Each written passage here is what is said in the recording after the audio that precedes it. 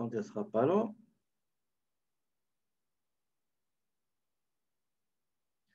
Nous avons cette mise en situation que vous allez trouver ce problème, pardon, le problème, la page 67 de votre manuel.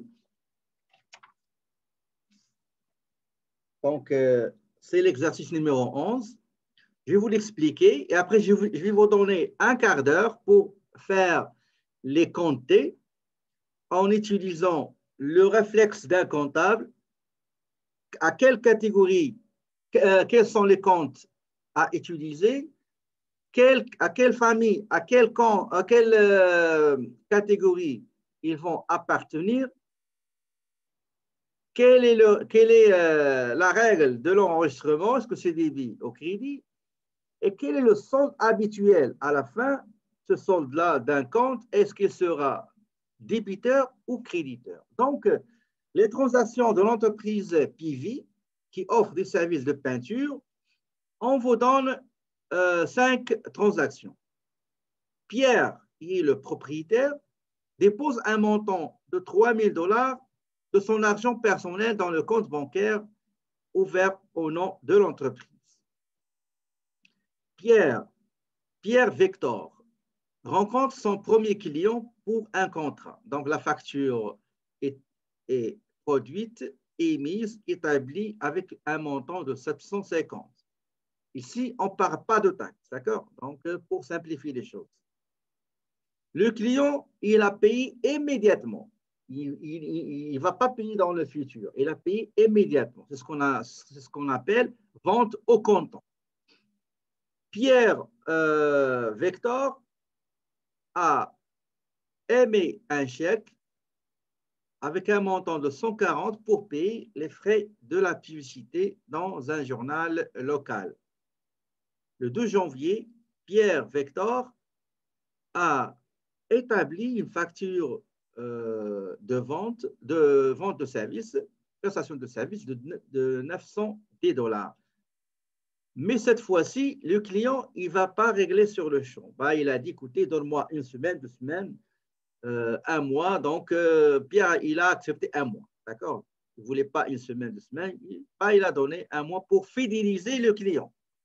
Donc, c'est une politique que les entreprises utilisent pour garder et fidéliser les clients. Un client qui est heureux, fidèle, il va vous recommander 100 autres clients.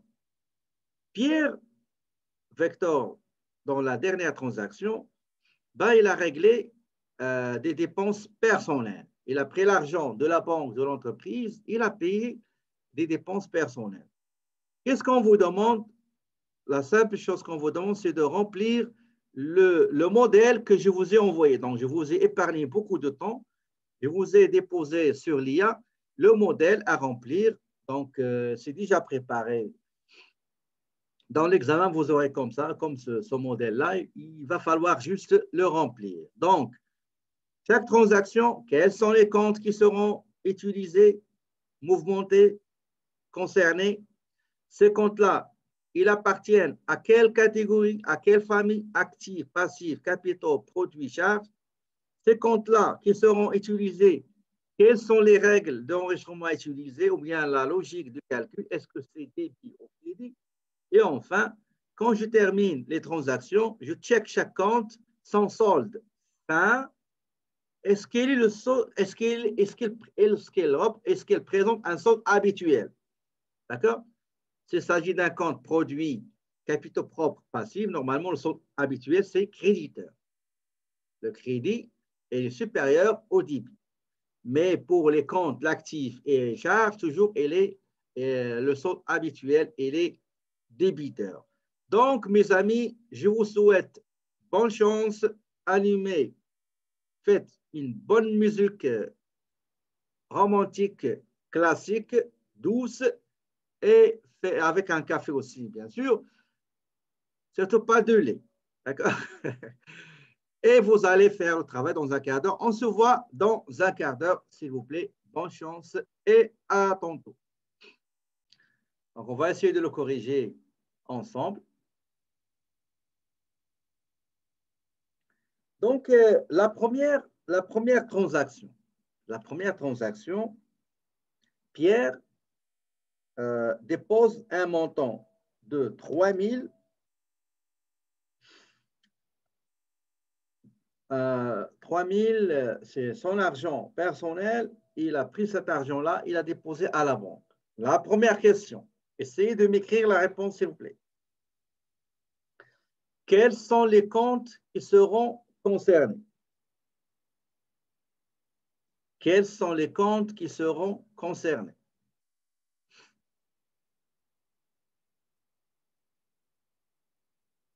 Apport, banque, encaisse, capital, encaisse, capitaux propres, encaisse, exactement. Parce que la règle, il exige au moins 2 comptes. Au moins 2 comptes. Vous pouvez avoir 7 comptes, 5 comptes, 4 comptes, mais pas moins de 2 comptes. Donc, les comptes, c'est l'encaisse, il est là, l'encaisse, et les capitaux propres. Dans les capitaux propres, il y a 3 sous-comptes. Il y a le compte de la mise initiale, l'investissement initial déposé par le propriétaire. Il y a un compte pour tous les apports, l'argent déposé par le propriétaire, et un autre pour les retraits, l'argent retiré de la banque ou bien de la petite caisse par le propriétaire. Très bien. Deuxième chose, donc on sait maintenant les comptes concernés. Maintenant, à quelle catégorie ces comptes appartiennent? À quelle catégorie ou bien à quelle famille ces 2 comptes qu'on va utiliser appartiennent? Donc, ils appartiennent à quelle catégorie? Encaisse, actifs, capitaux, bilan. OK. Mais le bilan il englobe l'actif, passif et les capitaux propres. D'accord? D'accord, très bien, excellent. Donc, maintenant, la question qu'il faut se poser, quelles sont les règles d'enregistrement? Quelle est la logique de calcul? Est-ce que l'encaisse, qui est le premier compte, je vais le débiter ou bien le créditer? On le débite quand l'argent entre dans l'encaisse et on le crédite quand l'argent sort de l'encaisse. Les capitaux propres aussi. Quand l'argent est déposé à la banque, ben, ce capital-là, il faut qu'il constate, enregistre cet apport-là. Donc, il augmente au crédit. D'accord? Au crédit, c'est toutes les réponses que vous avez données sont correctes. Maintenant, on va passer à l'action. Donc, on a ce réflexe-là. On va passer à l'action et quand on va terminer, on doit se poser une dernière question, laquelle, quand on va enregistrer les transactions relatives à ces comptes-là ou bien d'autres comptes, quand on termine, il y a une autre question qu'on doit se poser à la fin. C'est une question de vérification pour vous aider. Quelle est cette question? Quelle est cette question que vous devez normalement vous poser pour vérifier? Le solde, je n'ai pas compris. Vérifier le solde, ça veut dire quoi? Exactement. Vérifier le solde. Est-ce que c'est un solde habituel, normal, acceptable, ou bien pas normal, anormal et non inhabituel? Donc, on sait que si vous avez l'argent dans la banque, il faut qu'il soit un solde débiteur. Tout ça, on l'a déjà expliqué aujourd'hui. Je vous ai donné un petit résumé. Pas un petit résumé, un grand, bref résumé. OK? Donc, on commence. Ça, c'est le compte T. J'ai le débit, il est là. Ça, c'est le débit. Et ça, c'est le crédit. Donc, la transaction, j'ai mis la date. Donc, c'est le 1er janvier. D'accord? C'est le 1er janvier. Je vais mettre ici, attendez, je vais écrire une chose. Le 1er janvier.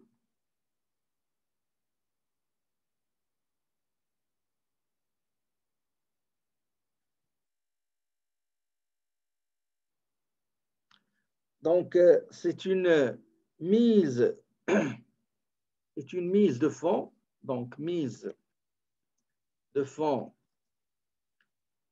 initiale. D'accord? C'est une mise de fonds initiale. C'est un libellé, c'est une description de la nature de cette opération qui a été effectuée par M. Pierre Vector. Maintenant, quel est le montant concerné? Quel est le montant que je dois mettre ici? C'est le montant que Pierre Vector a déposé et qui est 3 000 $. OK, 3 000 $. Très bien. Donc, je dois mettre ici 3 000. Maintenant, j'ai débité un compte. Maintenant, je dois voir l'autre compte. Il y a une erreur. Il y a une erreur que la majorité des étudiants, quand ils commencent à pratiquer débit crédit, il y a une erreur qu'ils commettent.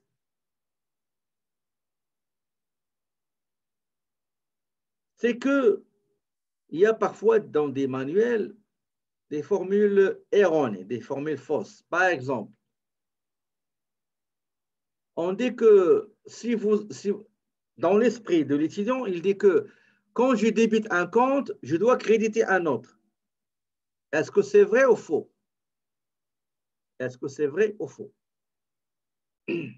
Donc, la contrepartie de cette transaction, comme vous l'avez dit, c'est comment dirais-je, la mise de fonds. D'accord? Donc, c'est la mise de fonds. Je vais mettre ici le 1er janvier. Donc, mise, virgule, mise de fonds ou bien investissement initial, etc. Mise de fonds initial. D'accord? Qu'est-ce que vous remarquez? Est-ce que le solde, il est habituel? Donc, 3 000 moins 0, ça donne 3 000. Est-ce que vous voyez que c'est habituel ce solde-là? C'est correct?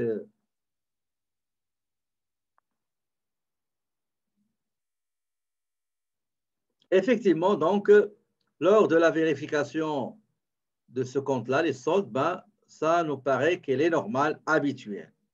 On passe à la 12e transaction. Pierre rencontre son premier client pour un contrat. La facture numéro 1001 est émise au montant de 750 $. Le client paye immédiatement. La première question, quels sont les comptes à utiliser? Deuxième question, à quelle catégorie ces comptes vont appartenir? Troisième question, quelles sont les règles d'enregistrement de ces comptes-là? Et enfin, est-ce que leurs soldes sont habituels? Les deux soldes des deux comptes sont habituels. Donc, on commence tout d'abord par identifier les comptes. On a dit client en caisse, client en caisse, client en caisse. OK. On a un client, on a rendu un service. Donc, les deux comptes à utiliser, c'est un compte de produit et un compte de l'actif qui est l'encaisse, parce qu'il a payé au comptant. Donc, quels sont les comptes qu'on va utiliser? Donc, puisqu'il a payé au comptant, juste une seconde.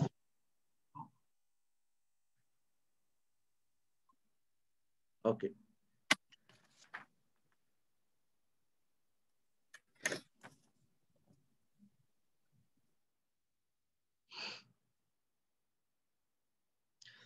C'était le 5 janvier, d'accord? Le 5 janvier. Le 5 janvier. Donc, je peux mettre, par exemple, service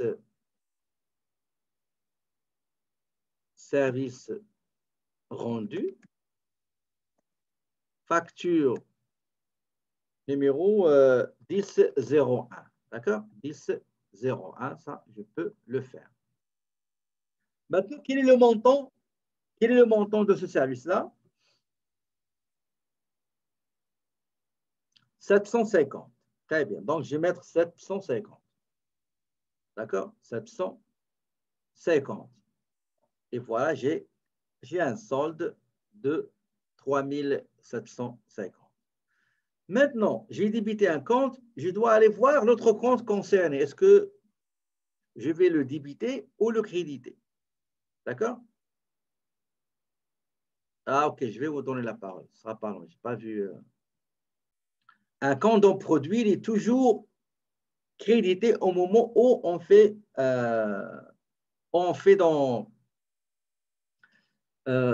des ventes, on réalise des ventes. L'autre partie, si c'est à crédit, on va utiliser client, compte recevable. Si au comptant, on va utiliser un des comptes de l'encaisse. Donc, je prends ceci, je vais mettre copie ici. Sinon, je mets celui-là égale celui-là. OK. Et bien sûr, avec la date. La date, on a dit, qu'est-ce qu'on a dit? On a dit c'est le premier. Okay. C'est le 5 janvier. OK, 5 janvier. Service rendu. De toute manière, c'est le compte service rendu. Je vais juste mettre facture. La facture numéro 1001. Très bien. Maintenant, la troisième transaction. Pierre émet un chèque au montant de $110, 140 $ pour une publicité dans le journal local. La première question qu'il faut se poser, quels sont les comptes qui seront utilisés? Quels seront les comptes qui seront utilisés? Il a réglé une charge de publicité avec l'encaisse. Donc, encaisse publicité. Deuxième chose, à quelle famille, à quelle catégorie appartient l'encaisse et à quelle famille appartient la charge publicité? Donc, j'ai encaisse, j'ai charge. Très bien. Et après, je vais me poser la question pour l'encaisse ainsi que pour la publicité. Quelles seront les règles d'enregistrement ou bien la logique de calcul? Est-ce que débit ou crédit pour les deux? Donc, vous m'écrivez ici encaisse active, encaisse crédit, active charge. Ah, ok, les deux comptes, ok. Donc, débiter la charge, créditer l'encaisse. Encaisse, crédit. Effectivement, parce que l'argent va sortir du compte encaisse. Et l'encaisse fait partie de la famille, la catégorie active. Un actif, quand le montant va augmenter le solde de cet actif-là, eh ben, il doit être débité. Mais quand il va le diminuer, eh ben, il doit être crédité, chose qu'on va faire tout de suite. Donc, dans la banque, ici, il y a paiement de 140. 140. Donc, je vais mettre ici, c'était le 13, pardon, le 8 janvier. Donc, 8 janvier. Le chèque émis. Le chèque émis. bah, c'est chaque numéro 101 pour publicité. Annonce publicitaire ou publicité, c'est la même chose. Très bien.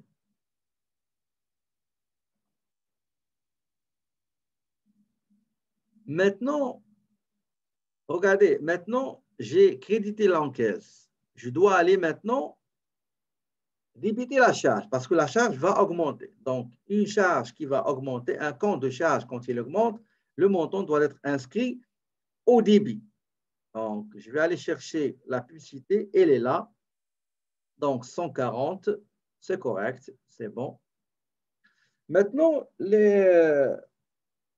la quatrième transaction. Pierre émet la facture de vente, bien sûr, service rendu, au montant de 910 pour un deuxième contrat. Mais malheureusement, le client n'a pas d'argent. Ce n'est pas comme le premier client qui a payé au comptant.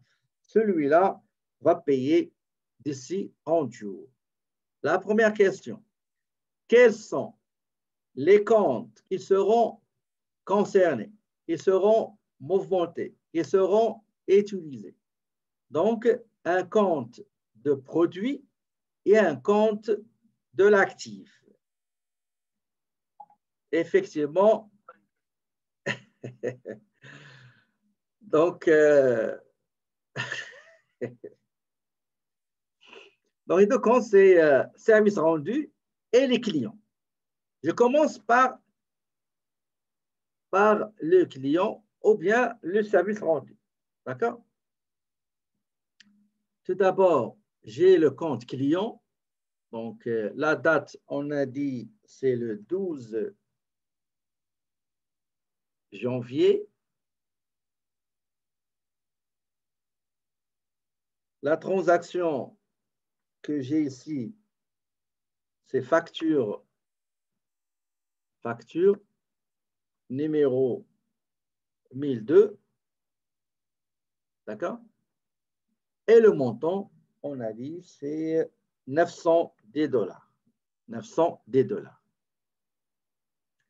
Ce compte-là, il a été débité. Maintenant, il faut aller chercher l'autre compte qu'on a dit tout à l'heure, c'est les produits. Les produits, quand ils augmentent, le montant devrait être normalement à l'actif ou au passif.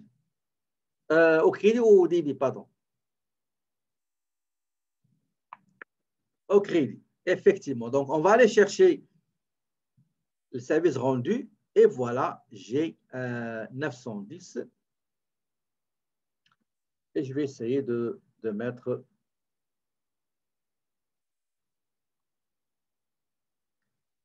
et à votre cette écriture, il lui manque une chose. Les deux là, il fallait ajouter quelque chose. C'est par exemple, vous êtes responsable de la comptabilité ou bien de finance et on va vous envoyer ce compte-là, service rendu. Vous allez le lire, vous allez lire 750, une vente réalisée le 5 janvier, facture 1001, c'est bon. Et ici, j'ai 12 janvier, on va le mettre ici, 12 janvier, facture numéro combien? Numéro 1002. Donc, quelles seront vos remarques? Ou bien, quelle sera votre remarque ou bien commentaire? Mettez-vous dans la peau d'un responsable financier ou comptable et vous avez reçu ce compte-là. On va le colorier tout de suite. Vous avez reçu ce compte-là. OK?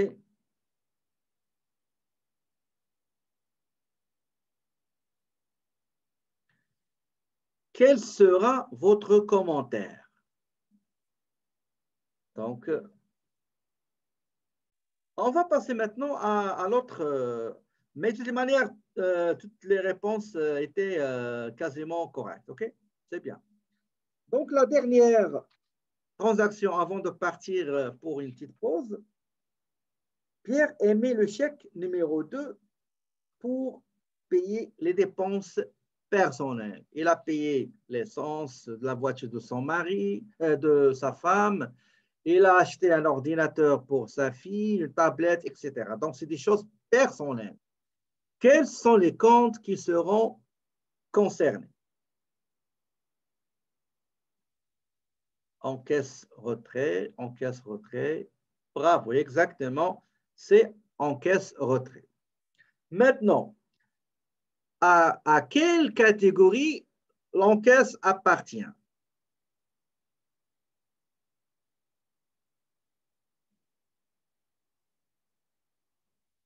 Actif, exactement. Et les retraits appartiennent aux capitaux propres. Très bien. Troisième question. Quelle sera la règle d'enregistrement de l'encaisse et le compte retrait? Qu'est-ce qu'on va faire? Est-ce qu'on va débiter ou créditer l'encaisse? Est-ce qu'on va débiter ou créditer, comment dirais-je, les retraits? Créditer encaisse, débiter retrait. Créditer encaisse. Oui, effectivement. L'argent, $500, et les sorties de la banque. J'avais 10 000, le monsieur a pris 500, donc le solde va diminuer. Il va devenir 9 500. Donc, je dois le mettre au crédit. Donc, je viens ici à l'encaisse et je vais mettre $500. D'accord? Je mets la transaction. C'était le 13 janvier. Donc, retrait pour dépenses personnelles. Ah, c'est un chèque. OK. Donc, chèque numéro. Donc, je vais mettre ici chèque numéro combien? Numéro 102. Et je peux mettre, par exemple, le retrait pour, par exemple, voyage familial, par exemple. OK, pour voyage. Ben, on va respecter l'énoncé, c'est dépenses personnelles. Personnelles. Voilà.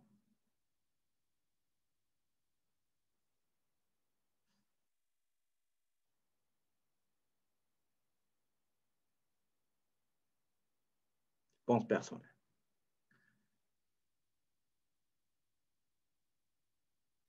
Donc, j'ai 500 au crédit. Je dois aller dans les retraits.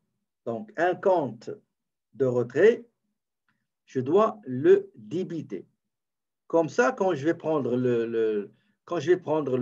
la mise initiale au crédit, la mise initiale, plus les apports au crédit, moins les retraits au débit, ça va me donner les capitaux propres fin d'une période déterminée. Donc, je vais aller à retrait. Voilà, j'ai $500. D'accord? $500.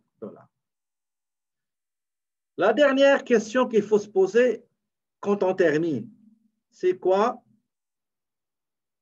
Quand on termine,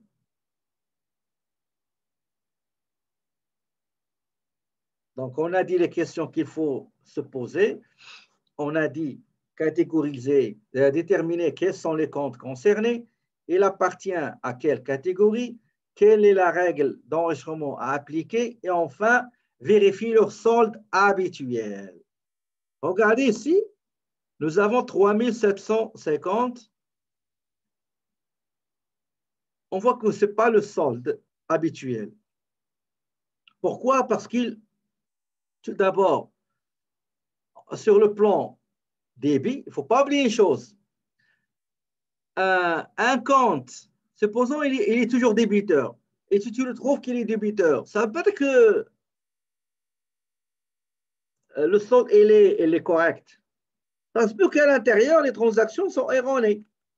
Mais le solde habituel, il est débiteur. Donc ici, je vois qu'il est 3 750, ce n'est pas vrai. Pourquoi? Parce que j'ai payé la publicité C'est vrai que j'ai encaissé 3 000, j'ai mis le fonds initial à 3 000 plus une vente encaissée de 750, j'ai 3 750. Mais à la fin du mois, je n'ai plus 3 750. Pourquoi? Parce que,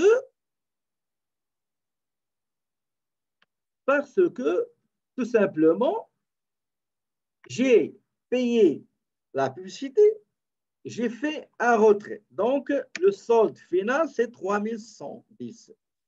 D'accord? Donc, une seconde. Je vérifie le solde. Maintenant, j'ai un solde qui est correct. Donc, le total débit moins total crédit, ben, ça me donne 3 110. On passe au client. Donc, le client, c'est correct, c'est débiteur. Il n'est pas créditeur, c'est débiteur.